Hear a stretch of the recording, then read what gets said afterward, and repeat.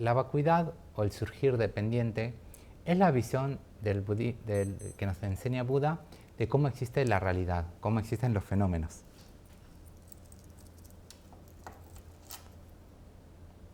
Entonces vamos a investigar cómo existe la realidad, cómo existen los fenómenos. Y para eso tenemos que entender, y lo principal va a ser enfocar en nosotros mismos y en nuestra conciencia, en nuestro cuerpo. Pero también es entender el mundo exterior, ¿sí? Para hacer eso vimos cómo las diferentes naturalezas de los fenómenos, ¿sí? ¿Qué quiere decir? Que primero identificamos lo que no hay. Aquello que no hay lo vamos a llamar lo que no existe, ¿sí? Inexistente. Por ejemplo, en esta habitación no hay un elefante.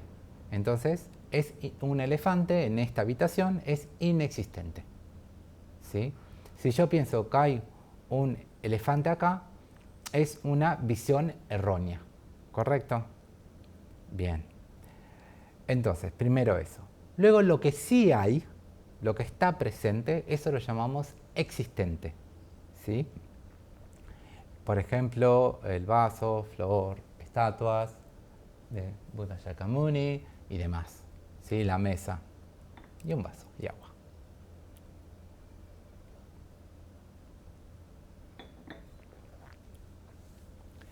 Luego vamos a investigar un poco qué naturaleza tienen estos fenómenos, ¿sí? Entonces, habíamos hablado que tenemos los fenómenos impermanentes y permanentes. Los fenómenos impermanentes son los que cambian momento a momento y tienen además una sustancia que se va modificando, ¿sí? O si es un fenómeno impermanente, necesariamente es una causa. Vamos a pensar, y podemos hablar, por ejemplo, de la causa, es causa y es efecto a la vez. Causa, el siguiente, como tiene es causa de lo que va a venir de él, o digamos de su siguiente momento. Y es también un efecto, porque es el efecto de la causa que tuvo antes. Pero bueno, lo importante es que va cambiando momento a momento, ¿sí? Eso es algo impermanente. Luego tenemos los fenómenos permanentes. Lo permanente es aquello que hay, aquello que existe, pero no tiene esa naturaleza de cambiar momento a momento. Por ejemplo, sería la ausencia de elefante en esta habitación. Aquí no hay elefante, ¿sí? Entonces hay una ausencia de elefante, ¿sí? Y eso no es algo que tiene esa naturaleza que va cambiando momento a momento. Tiene otro tipo de naturaleza, ¿no? Es como que, sí, no tiene esa sustancia que va cambiando momento a momento, sencillamente no está el elefante. Hay ese vacío de elefante, ¿sí? ¿Ven cómo es una diferente naturaleza? Puedes ver que es diferente tener una sustancia que va cambiando momento a momento y tener algo como la ausencia de elefante, ¿sí? Entonces, la ausencia de elefante, permanente. Los fenómenos, como la mesa y demás, impermanentes. Bien. Los fenómenos permanentes tienen también,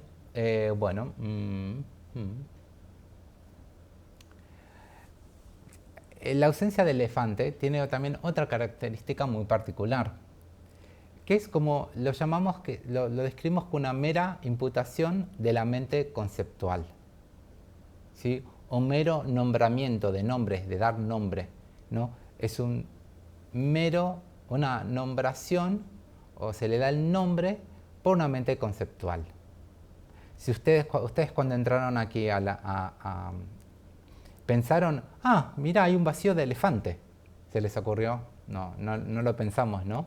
Podría hablar de un vacío de un elefante, de una jirafa, de una manzana.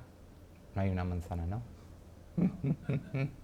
Bien, hay un vacío, no viene naturalmente. Entonces es algo que toma conciencia de la mente conceptual. Es algo como que tiene una conexión con la mente conceptual que lo puede reconocer. Pero no hay nada por el lado del objeto como que nos indica, acá estoy. En cierta forma, ¿lo ven?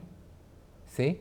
Por ejemplo, cuando entraron a la mesa, un poco la idea opuesta, el opuesto, sería, por ejemplo, la mesa. Apenas entraron, tuvieron la percepción, sí, pudieron ver una mesa, ¿correcto? Y eso nadie les tuvo que decir, mira, hay una mesa, cuidado. No era el caso, ¿sí? Hay una mesa, no tuvo que... Entonces, tenemos esa experiencia, ¿sí? Entonces, lo importante acá es que se acuerden los ejemplos, ¿sí? Porque después vamos a estar trabajando con esto mucho, ¿sí? Entonces, ustedes cuando se confundan, cuando vayan enseñanzas de verdaderos maestros, no como yo, que no soy maestro, solo estoy aquí para compartir lo poco que sé.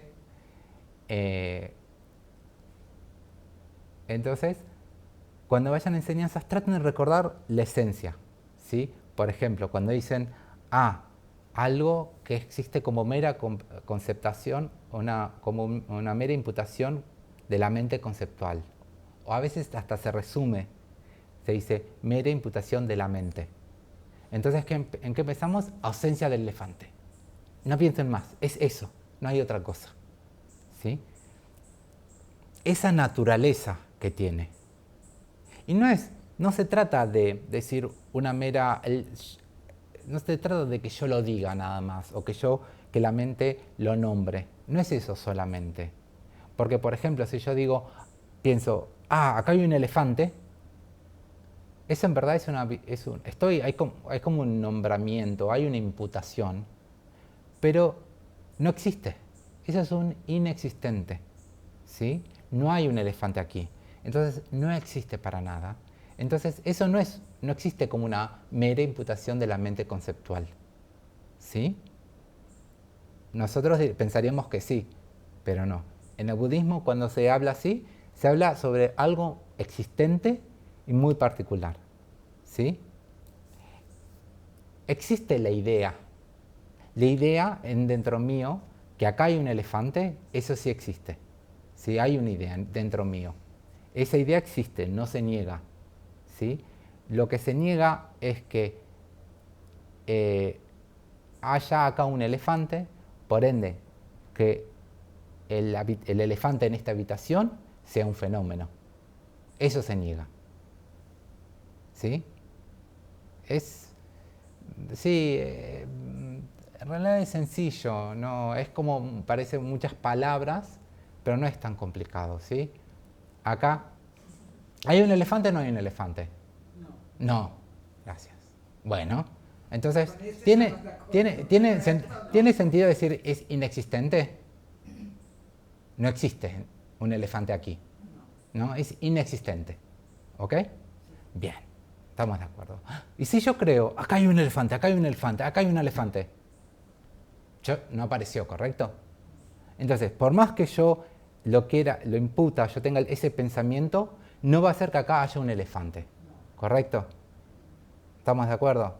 Bien, no es ciencia cuántica.